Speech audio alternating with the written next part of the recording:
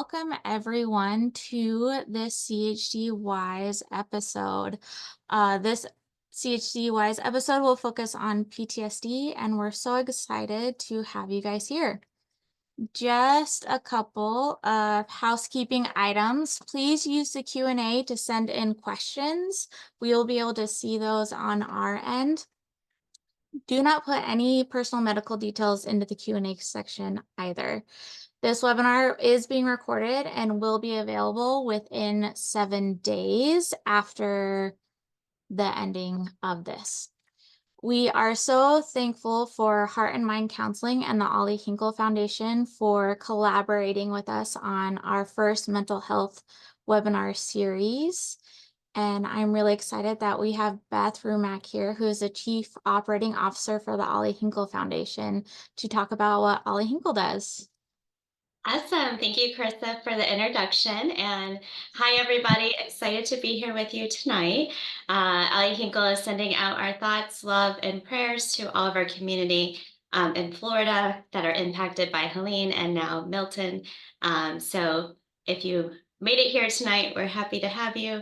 And this is an exciting topic to really delve into so we better understand how to support our community and one another. So we're excited to partner with Conquering Chdwise and Heart and Mind Counseling. And at the Ollie Hinkle Heart Foundation, really our mission is to address the unmet needs of heart families while understanding how do we transform pediatric heart care. So how do we move from reactive care to proactive care for our children who are born with congenital heart disease or acquire heart disease during their lifetime and grow up to be adults. Our pillars are really about how do we unite families and clinicians through a community, provide access without barriers, provide lifelong support, connecting the technical and human side of care, and promoting education, as we are here with Conquering Chdwise, so that we're empowering and giving, promoting advocacy for our community. We have 4 main programs. Our community outreach program really serves to address the social basic needs around transportation, housing, and food security, while our flagship program, Allie's Branch, provides mental health services across all 50 states in the United States. So you're going to hear a little bit more about that work under Corinne Zamora tonight.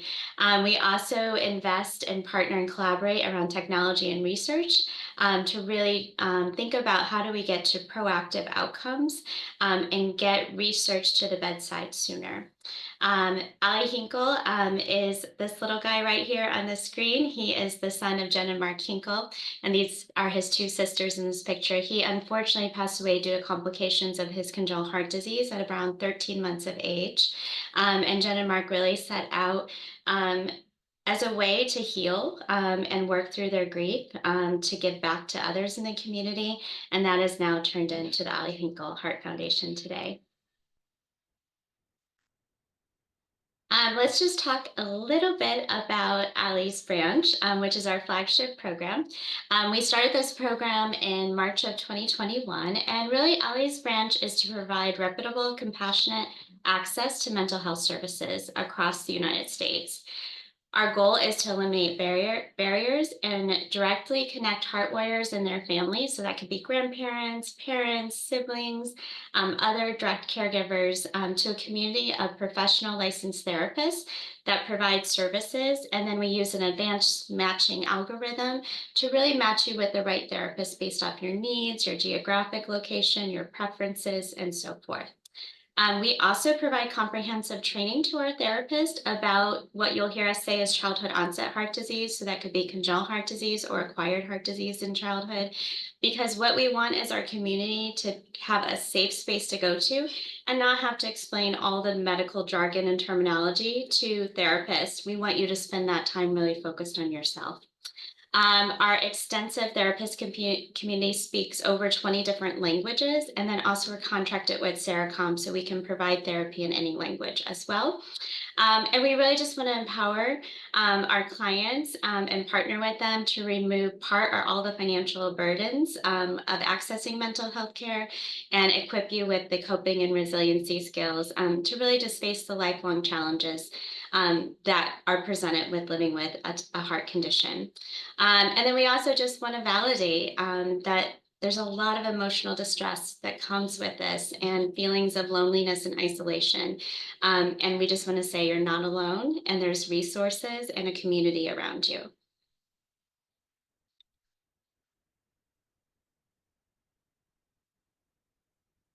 And lastly, I just want to talk a little bit about who we serve in Ollie's Branch. We serve the individuals with the heart condition, whether that be children or adults. We have no defined list. We're very inclusive. We also serve the whole family system around the individual with a heart condition. So, like I said, parents, grandparents, siblings, other caregivers. We also go the extra mile to serve those heart clinicians that are serving our heart community because they also experience a significant amount of trauma while caring for children with heart disease. And so we want to take care of them as well. How we help, we provide in part our whole up to 8 therapy sessions. And then we also have a dedicated HIPAA compliant platform that we use that also we can send iPads to our clients who may not have access to a device to access telehealth care or consistent Wi-Fi or cellular. We can provide all of that as well. And we see ourselves as a complement to existing healthcare systems. So we're not here to replace existing psychiatry, psychology, other therapists that are built into the healthcare systems. We're really here to complement those systems so that we provide a comprehensive approach for our heart community. So I'm going to hand it over to Dr. Corinne Samora, and excited to hear her speak tonight.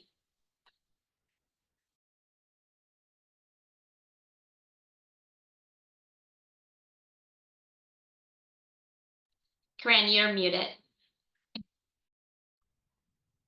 Okay, here, let's start this again. Thank you, Beth. Thank you for Carissa for having me. I am Dr. Corinne Samora, but all my clients call me Corinne. I am the Chief Clinical Officer here at Heart and Mind Counseling, and we operate in 18 states. We have several therapists that are familiar with congenital heart disease experientially. Either they have it, they have worked in hospitals for 20 years in the CHD clinic, or someone in their family has it. So that's part of it. I myself have congenital heart disease, and it was the focus of my dissertation for my doctorate was social workers' experiences with congenital heart disease interventions for adults. The primary portion of my practice is working for loved ones and those that are afflicted with congenital heart disease. I'm going to start off here because we're talking about PTSD, which we see a lot of when you are involved with congenital heart disease. And what is it? It's an anxiety disorder due to experiencing a traumatic event.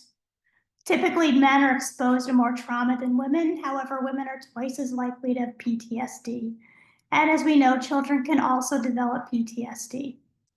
I have a little picture here of PTSD from a PET scan, and we have PTSD with a brain with PTSD and a brain with no PTSD. And when you look at that purple area, it's called the higher McGUR5 receptor availability in an individual with PTSD versus a healthy comparison. And this receptor helps keep our brain system normal functioning. So when you have a lot of the purple, that helps your brain be functioning from a scientific. Now, I'm not going to get too scientific here. This is probably as scientific as I'll get.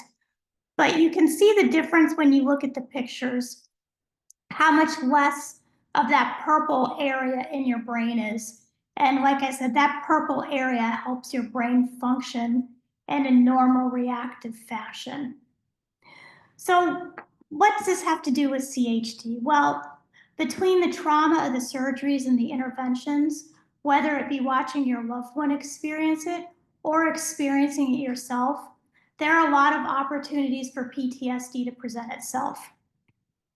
So what happens? Well, when we take a look, I have this chart here, it's called a window of tolerance. And normally what happens, we all have a window of tolerance. And when I describe the window of tolerance, you can see when something happens, we're used to bouncing around in a window of tolerance. So for example, you spill your water and you're thinking, oh, not a problem, I'll just grab a napkin and clean it up. You're operating in the window of tolerance. But when something happens that bounces you out of that window of tolerance, you're going to go into a hyperarousal or a hypoarousal zone. And those zones are where your PTSD kind of plays around. So hyperarousal is where you're on edge, you're hypervigilant, or hypoarousal is where you're numb and depressed. So your normal experience, if you have a common response to trauma, you're going to bounce out of that window of tolerance, but you'll kind of bounce back in. When you get repeated trauma, your window of tolerance starts closing. So it gets easier to be bounced out of it. So you're in a constant state of hypoarousal or hypoarousal. So the objective when we do therapy to help for PTSD is to get that window of tolerance to open back up so you can safely bounce around. So I have this chart here and it's labeled in different letters like B1, B2, B3, B4, B5. So this is important when we take a look at our next chart. So one of the things of what happens is we start re-experiencing intrusive thoughts, distressing dreams, dissociative flashbacks, psychological distress, physiological distress. And I'm not going to bring you through all these, but you can see all the experiences you have.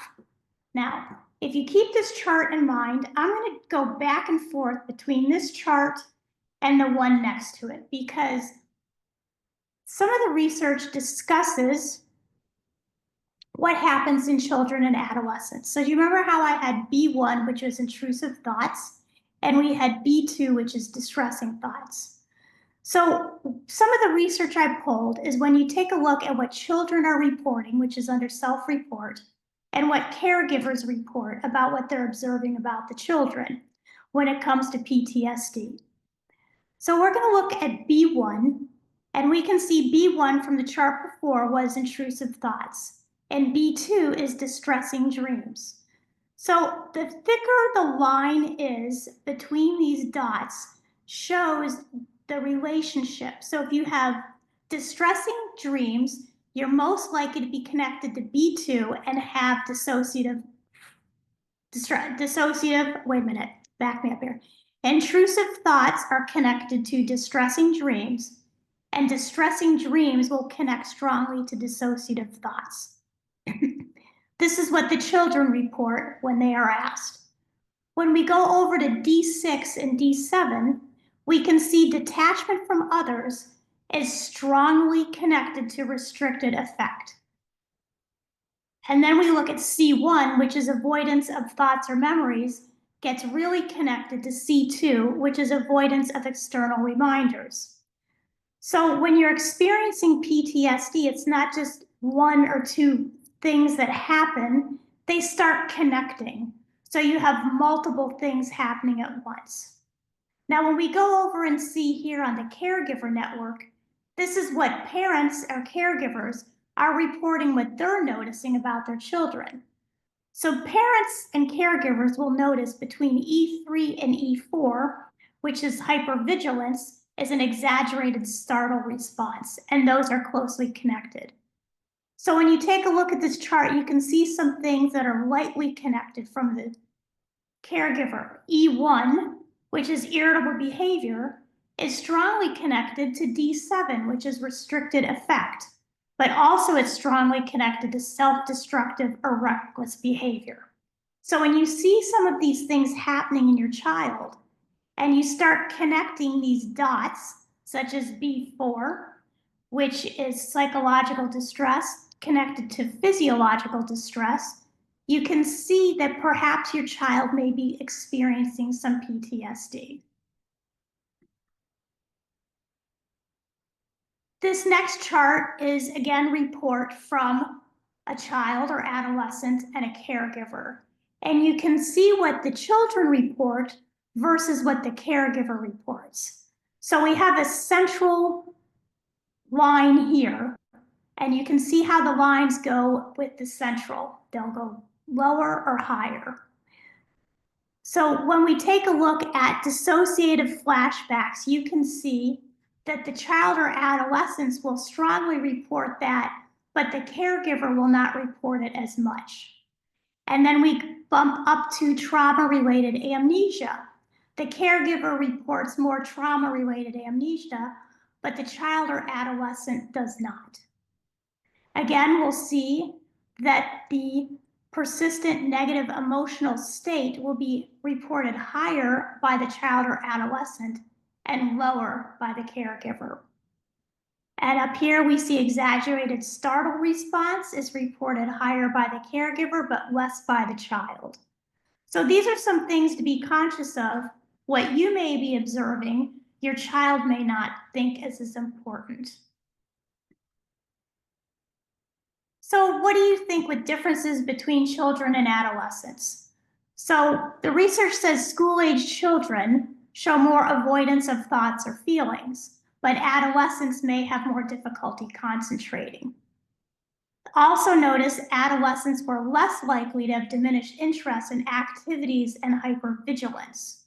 So if you see your adolescent participating in activities, and that's fine, and you think that that's a signal that they don't have PTSD, that is really not the case. They might be having more difficult concentrating.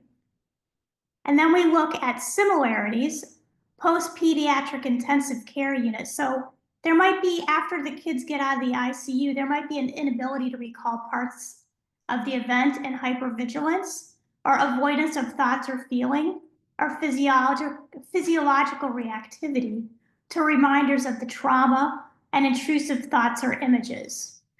But one of the things to keep in mind when you see a child avoiding the thoughts is that they may not recall those events due to the alterations in their consciousness, noticeably the medicine they've been taking. So we want to keep in mind that you will see some similarities like the ones I posted up here. Inability to recall parts of the event, the hypervigilance. And I know this kind of conflicts here, and we have to remember that not every child or patient reacts the same to CHD interventions. So let's get to the adults. What happens with adults, with patients that have PTSD? Did you realize patients with PTSD can have symptoms for a mean of 5 years before receiving an accurate diagnosis? So the symptoms are re-experiencing the trauma, flashbacks, nightmares, intrusive thoughts or memories. There also might be avoidance of talking or thinking about the trauma, people, places, activities, or memories of the trauma. Forgetting pertinent details of the trauma and feeling detached, emotionally numb, unstable, and or sensing a shortened future. You might have hyperarousal, difficulty sleeping, racing thoughts, concentration problems, an excessive startle reflex or irritability. Do you have hypervigilance, continually locking your doors, constantly scanning a room, sitting with your back to a wall, mentally planning an escape from a room? So if you've been doing these things for about a month, that could be considered acute PTSD. And if it's longer than a month, that could be considered chronic PTSD.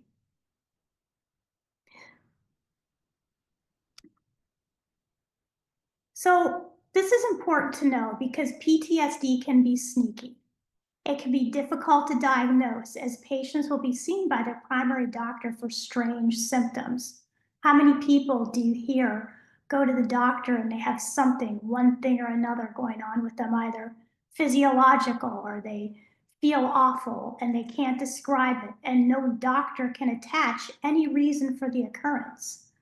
So you'll describe what I just say physical and somatic symptoms. Somatic symptoms are something that's going on in your body, that you have pain or you're anxious. And again, the doctor can attach no reason for the occurrence. That could be PTSD. The other thing is, are you depressed, anxious? Do you find you're using substances? Do you feel you have some functional impairments going on? That is also a way PTSD will mask itself. The other thing is perhaps you're going to the doctor with these issues, but you don't want to talk about your trauma because that's already tucked away, never been thought of, door shut. But doing those avoidance behaviors that you're not talking about the trauma will make it more difficult for the doctor to diagnose. So one of the things is if you are going to the doctor and you are repeatedly going and you're finding you're getting nowhere, perhaps you might want to make an appointment with a trauma therapist and see if maybe that could be something going on for you. And that's what I start off with here, what to do. Meet with a counselor who has experience with trauma. It's not going to hurt you. They're going to ask you some questions. They're going to take a look at some assessments. They might not come up with PTSD right away because you'll be so good at having it masked. But if you kind of stick with it, sometimes we can figure it out when we start asking you about your experiences. Two most research modalities for PTSD are trauma-focused cognitive behavior and processing therapy, otherwise known as TF-CBT and TF-CPT. The other one is called eye movement desensitization and reprocessing, which is known as EMDR. Now, there's some other ones I don't have up here because I'm not seeing as much research on them. The reason I pointed out these two is because of the multiple research, and repeatedly it's the gold standard. But that's not to say that some of the others like brain spotting or accelerated resolution therapy are not things to try if these two don't work for you. A trauma-focused CBT is more common for children, and trauma-focused cognitive processing therapy is more often used for adults. EMDR can be done with both children and adults. So what can you do outside of counseling?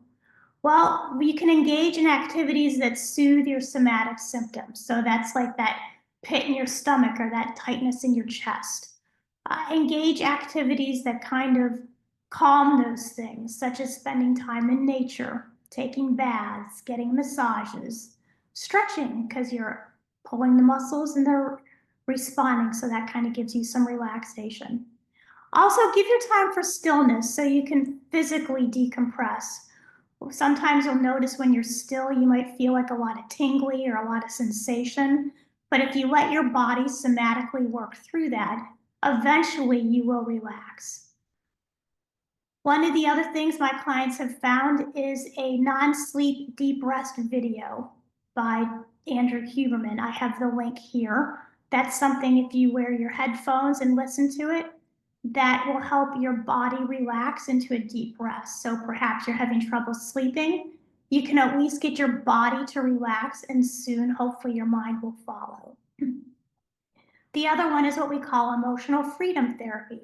This can be referred to as tapping.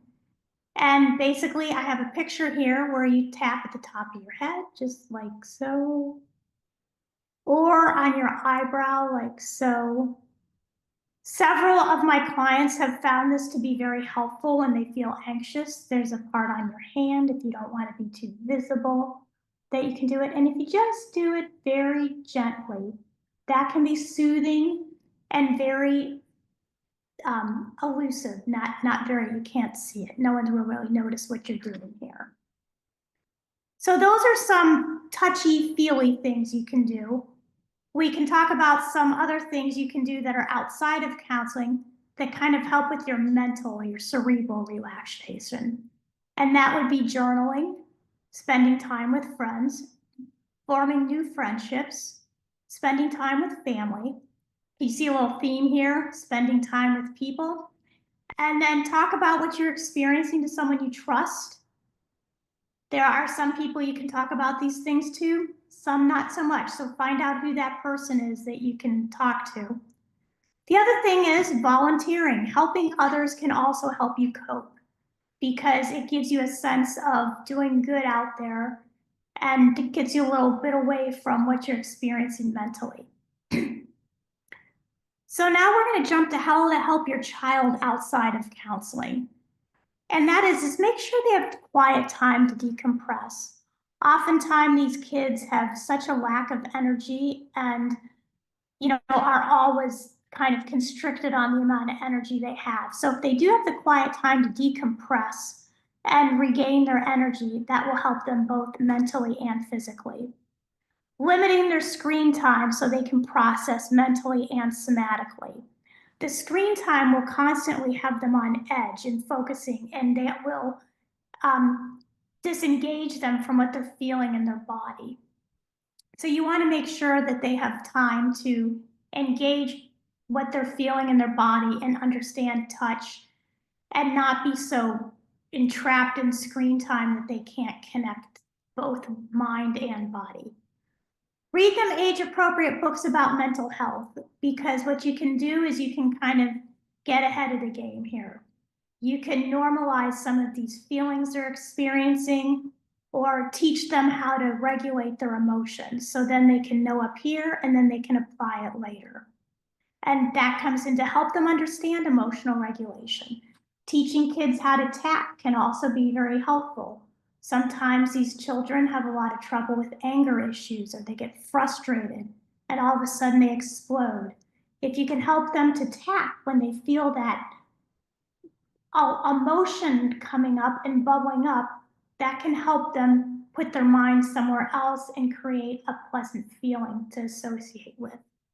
Corinne, could I put a plug in for a lot of kids we work with, we also provide play therapy, music therapy, and art therapy. And I just want to put that out there because a lot of times I find parents in our community may not have experienced some of those other alternative therapies. And they're a great way for actually kids of all ages and adults to also engage in a different format than some of the other traditional types of therapy. So I just wanted to throw that out there. That is a good point, Beth. And another thing I do notice a lot with the adults is that doing crafts is also very helpful.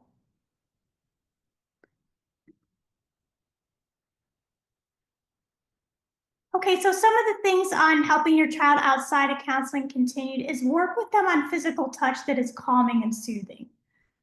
This is actually really important and kind of coming up a lot more as I'm seeing clients, especially when you get to adults, and some of the adults might be able to relate to this.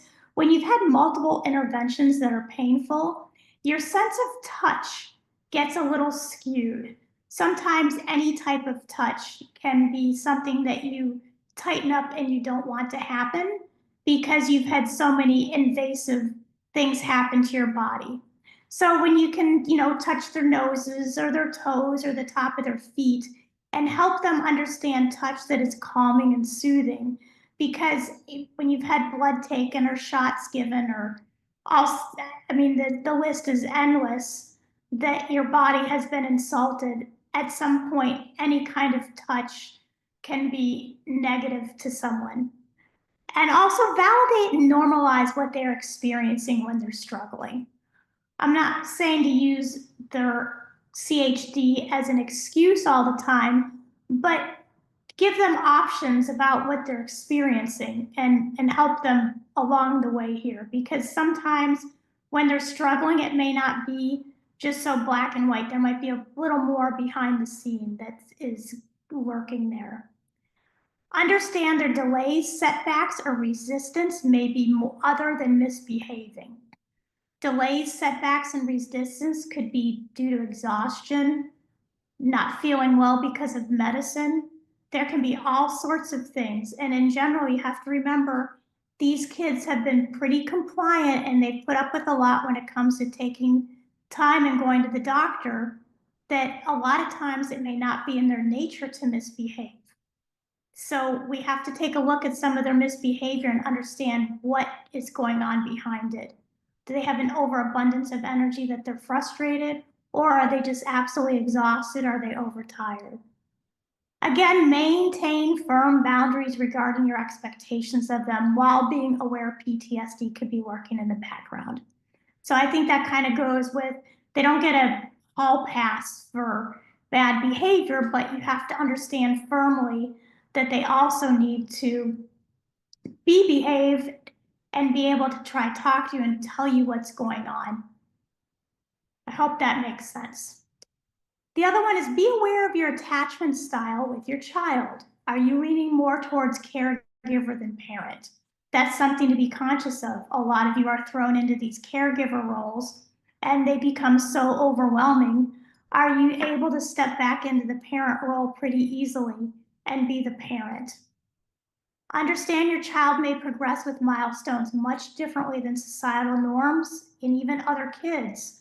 Even if they're presenting recovered from surgery, we are seeing a lot of strange oddities that happen because of surgery that pop up, and you would never link one from the other until we really start digging through and seeing these things.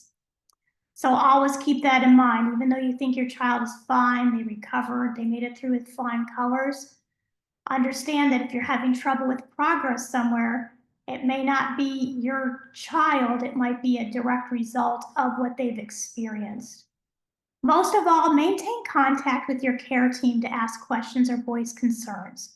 We see all different issues come up with every child, parent, and patient reacts differently to the trauma of CHD.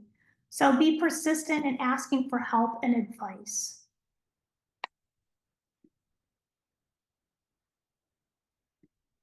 If you have any questions, here is my contact information. After this webinar, you can always email or call me. And thank you. Thank you so much. I am going to open it up for questions for about the next 22 minutes. So if you have any questions for anyone, whether it be Ollie Hinkle or Dr. Kareen, please go ahead and post them into the Q&A, which should be located at the bottom of your screen. You should have a Q&A box that you can click on. You can type in your questions, and then we'll be able to answer those. One question that was already asked was, will this be recorded and will slides be shared? Yes, we are recording. Yes, we will follow up with the slide deck. Within the next 7 days, you'll receive a follow-up email with all of that in there. It'll also be posted on our website and YouTube channel also. We haven't gotten any questions yet though, so let's see. I do have a question though regarding this caregiver role versus parent role. What are some of the things that you see, I guess, that differentiate the two? So sometimes parents get caught up in like, oh, we have to check your blood for maybe they are on Coumadin, or don't go on the monkey bars because of your heart. We got to go to the doctor. You get caught up in those things and you're connecting with your child as a caregiver. But one of the things is you want to connect with them as a parent. What would you do with a child that doesn't have CHD? Would you take them for ice cream? Would you read them a book? You want to make sure you switch into those roles and your child has the chance to interact with you as mommy and not as nurse, or caregiver. Does that make sense? It does. I think like just thinking about the interactions that I have with my son, I was like, oh, am I in this caregiver role or I am in this parent role? And I like thinking about it, I'm like, yeah, I do treat my older son who's heart healthy very differently than I treat my heart kiddo. And so it just kind of made me think like, oh, maybe I need to look at these roles and how to differentiate them. So thank you for that. Absolutely. Our next question that we have is, will this feeling of always being worried about my son go away? How do you know you should see a therapist? Is there a time frame? So I hate to be the bearer of news, but I think to say to a mother who has a child that the feeling of being worried about your son will never go away is pretty harmful, because how do you never worry about your child, especially when you have a medically fragile child? But what I do like to encourage you is you do learn to cope with it better. And that would be one of the things is you can get some tools from a therapist or reading or other parents on how to cope with it, because you just get stronger for it and your child would be going through different phases of life and different concerns will pop up. So do I say you're going to be riddled with worry for the rest of your life? No, there'll be moments that you won't worry as much. You'll be excited at milestones. But when the time comes to say you won't worry, would be kind of irresponsible because we all worry about our loved ones, and you probably will have in the back of your mind at some point a concern about how that child is doing or what they're experiencing. But how do we teach you to be able to cognitively soothe yourself and say, I raised my child well. They're very aware of their medical situation. They're responsible about compliance. They're at good doctors. So those are the things we work with you to be able to say to yourself so you can cope differently.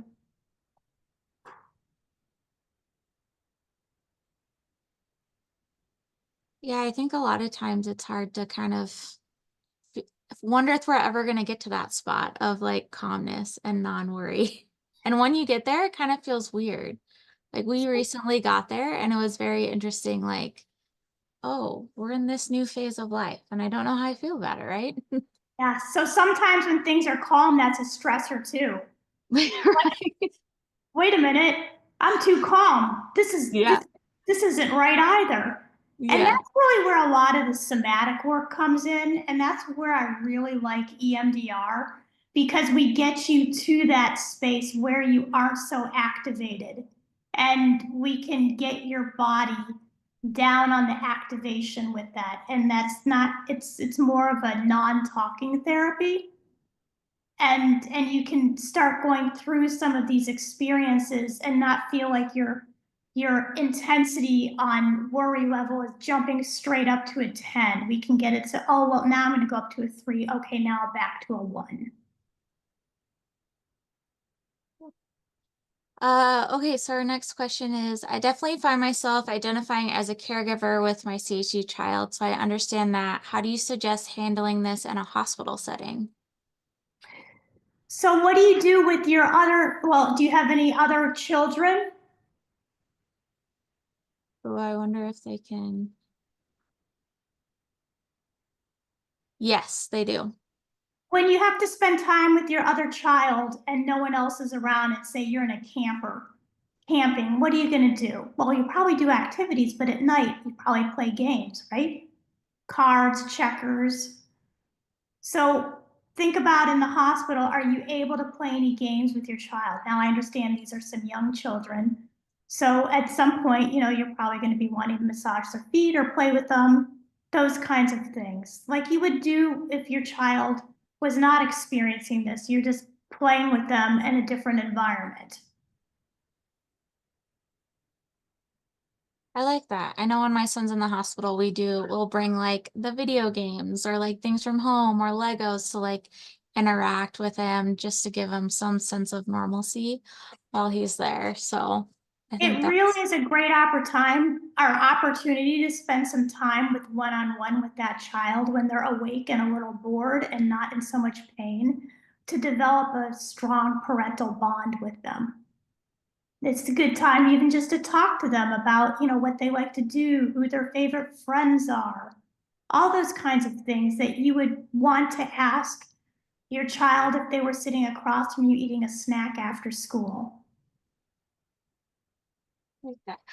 Kind of along the similar sense of like being in the hospital or going to clinics is how we can help desensitize kids to touch or how to avoid a child developing a sensitivity to those types of things. Yeah, so the one thing that comes to mind is really helping them recognize the differences between touch. So the needle in the arm hurts, right? But if you can balance that out with some positive things like, rubbing their hand or things like that, so they can understand what feels good and what doesn't. So, how do you get that nervous system and that body to somatically get some balance with the uncomfortable with more the pleasurable and the comfortable?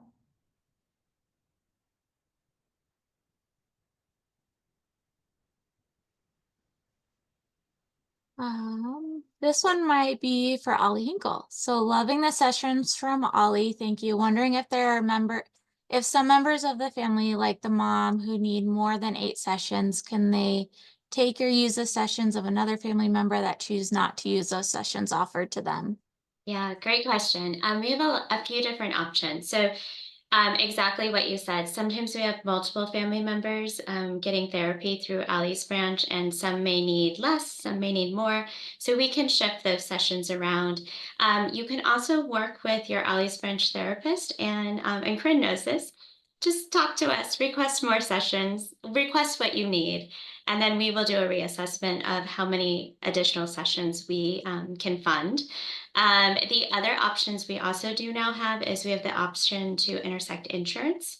And so now in our matching process, we look at matching with therapists who also may have your insurance up front, because we also know that 8 sessions for most of our clients in our community doesn't quite cut it.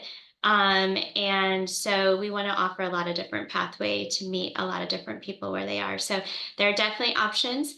Feel free to email us. You can email me. I'm Beth at theohhf.org.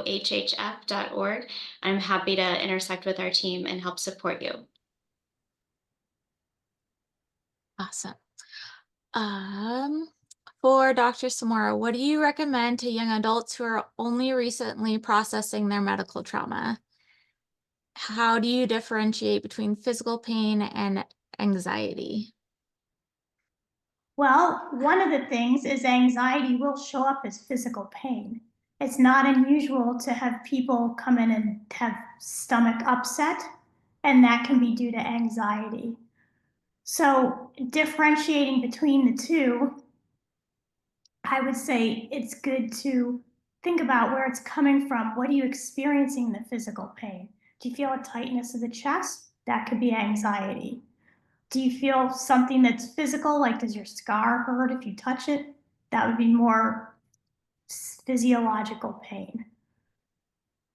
I'm hoping I'm answering that question well, because I think when you do get to that stage that you are an adolescent, there is a lot of different things going on in your body, and you're really starting to recognize these things.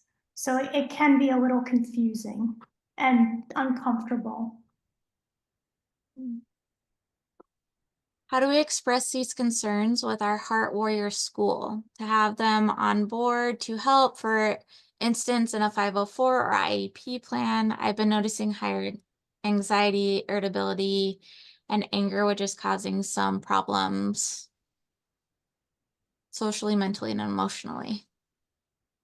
Yes, I would say Ollie Hinkle has a lot of information about what these kids are experiencing. So perhaps going to their website and getting some of that and utilizing that to explain it. Do you know what I'm referring to, Beth?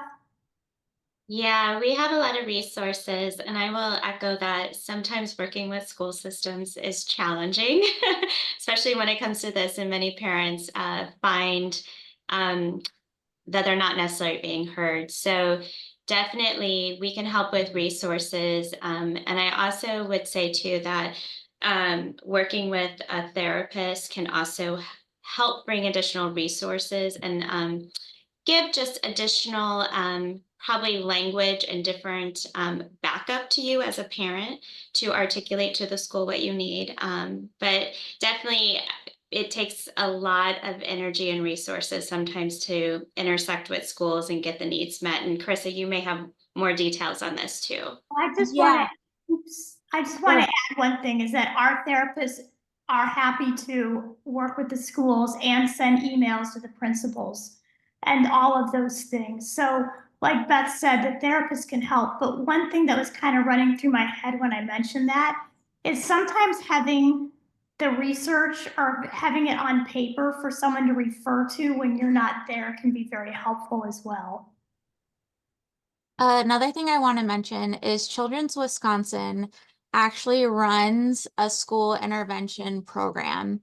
And you don't have to be like a patient there. They actually host a series of webinars and informational sessions on how to develop 504 and IEP plans.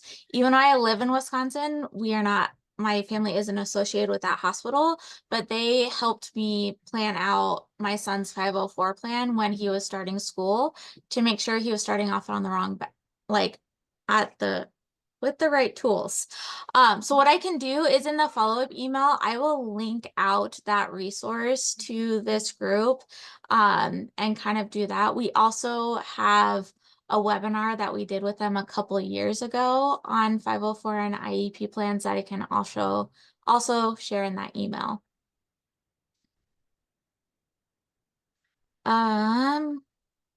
Okay, let's try. We have quite a few questions, so let's see how many we can get through. I am a caregiver to both my son and my husband who have CHD. I've seen a therapist many times over the years. How do I ask them specifically for help with PTSD? I feel like this is something I've dealt with for years, but don't want to come off as self-diagnosing. So I'm sorry, I didn't catch, who do they want to ask for help? They want to ask their therapist. So they've seen a therapist and they want to talk to him about PTSD, but they feel like it would come off as self-diagnosing. So I would ask that therapist if they've done a PCL assessment on the son and the husband. Because a PCL assessment will identify PTSD. Corinne, will you say what that stands for? I certainly will. So much as PCL, let me just pull it up. I know, I do that too. Sometimes I use acronyms so much. I'm like, wait, what does that stand for?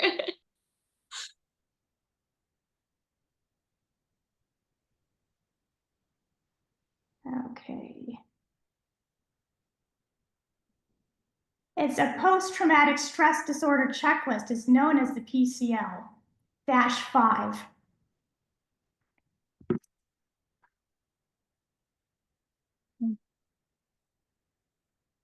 How do you help a child cope if they're behind developmentally? How can you address their needs but not treat them differently? I have identical infant twin boys, and I'm worried they will feel I treat them differently because they have different needs. Only one has CHD. So I think the reality is that they will be treated differently. Where you can treat them equally, you should definitely, but I think everyone's so eager to treat the CHD child as normal, but we have to understand they have a defect in the structure of their heart. So that already is giving them a physical disadvantage in some ways that is going to always show itself as you go through life. And it's going to require a different set of parameters for them. So my sense is you treat them as equal as possible when it comes to expectations that are within the bandwidth of the CHD child, but you're also going to have to honor their differences. It's almost like if you have a child that's a genius, you're going to let him skip grades if you need to do that. Well, if you have a child with CHD, you're going to work with the parameters they have to help them. You're not going to expect your CHD child to run track if your other child is able to do it. So they're all going to have their own differences and interests, and recognizing that will help you than trying to suffer and keep pushing against a wall and trying to treat them the same.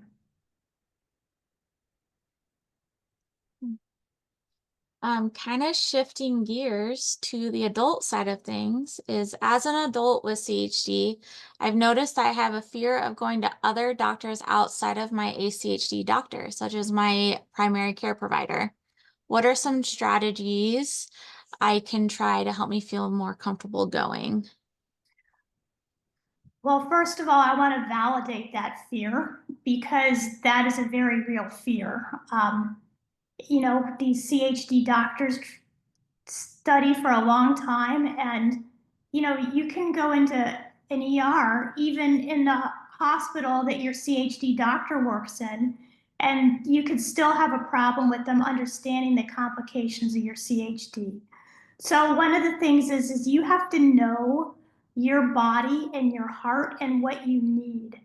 And don't be afraid to check with your adult congenital heart disease doctor when your primary care doctor recommends something like a new medicine or an over-the-counter drug if you have a question or a concern. So check, check, check. Don't be afraid.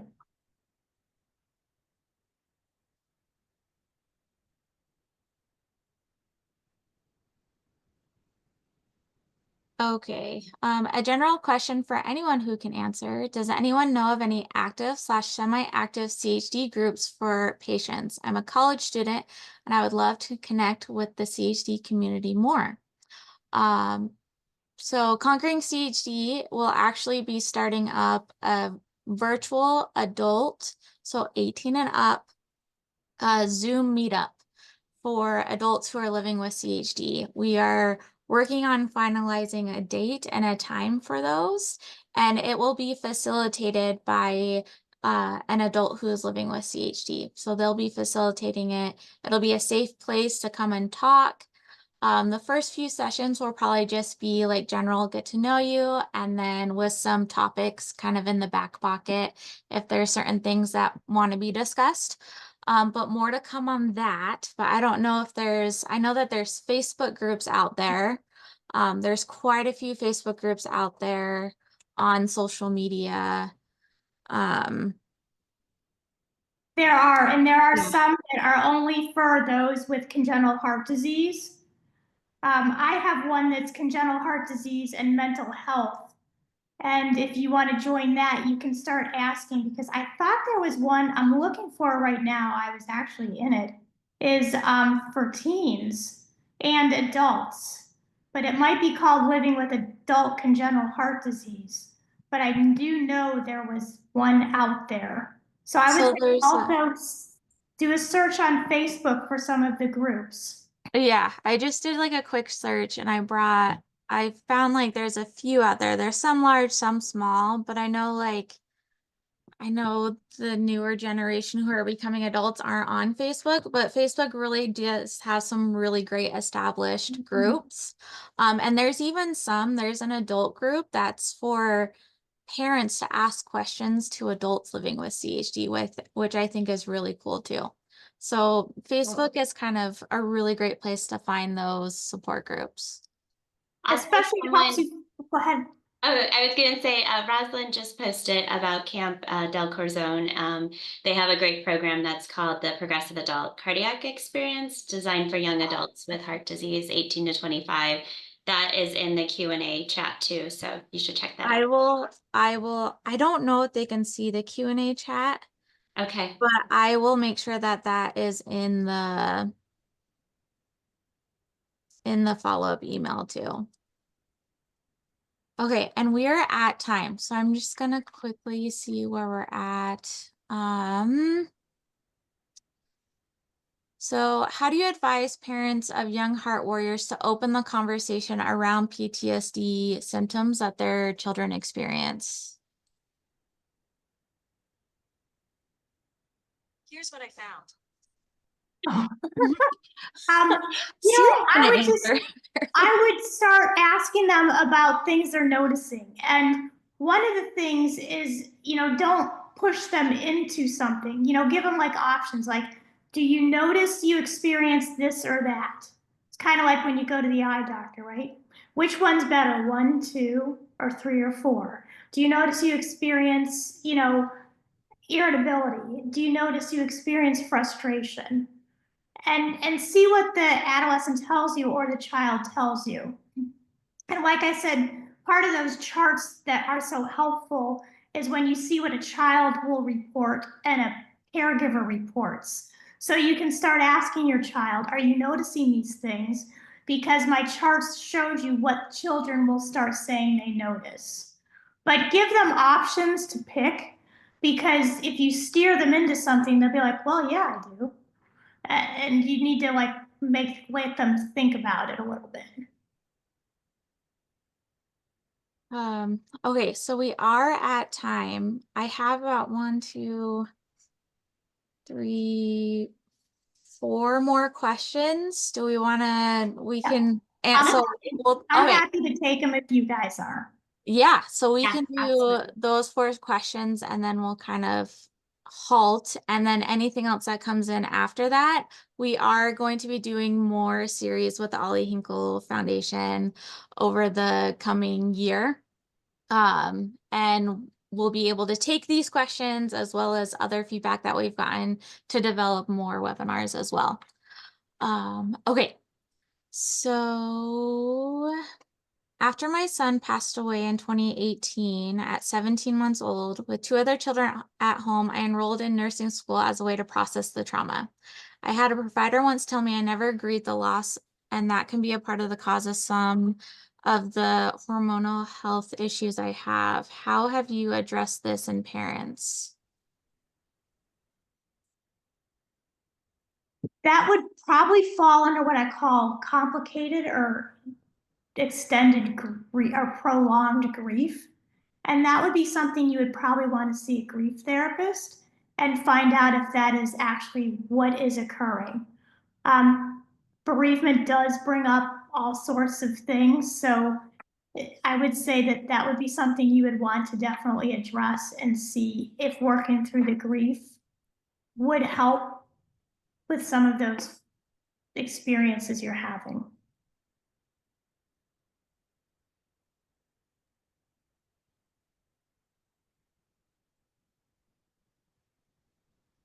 Okay, thank you for this impactful webinar. As someone with ACHD diagnosed later in life, I wonder how can we best support not only our own mental health, but also that of our families who often face unique emotional challenges in supporting us. How might the Ollie Hinkle Foundation consider addressing these needs in future sessions tailored specifically for the ACHD community? I think that's a great question, and maybe that leads into our next webinar to really focus on the adult congenital community.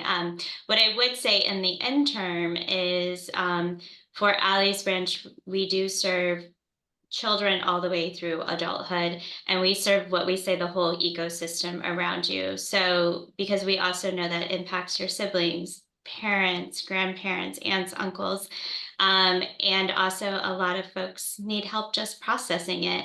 And when we help others around you process it, it also allows them to be a better support system for you. Because often what we hear, and I don't know, Corinne, if what you hear, but we often hear that you don't feel understood. Your immediate family members or friends don't know what to say, don't know what to ask, don't know how to support you. And so sometimes that leads to then shying away from those loved ones, because it takes sometimes more energy that you have to keep explaining things. But then ultimately that kind of gets us down a pathway of more loneliness and isolation. So it's complicated, and I think it would be a great next topic to delve into. And I would invite Corinne to also say a little bit more about that. Yeah, so, when loved ones say things, and I've put that under classification of they mean really well, but they're saying the wrong thing. And the other thing that helps is when they are supported. Oftentimes, the congenital heart disease patient has a lot of pressure on them to regulate their family's emotions. Oh, it'll be fine. I'm going to fight. I want to fight this. I'm going to fight this. It won't hurt. I'll get through this. Don't worry about it. I'm good.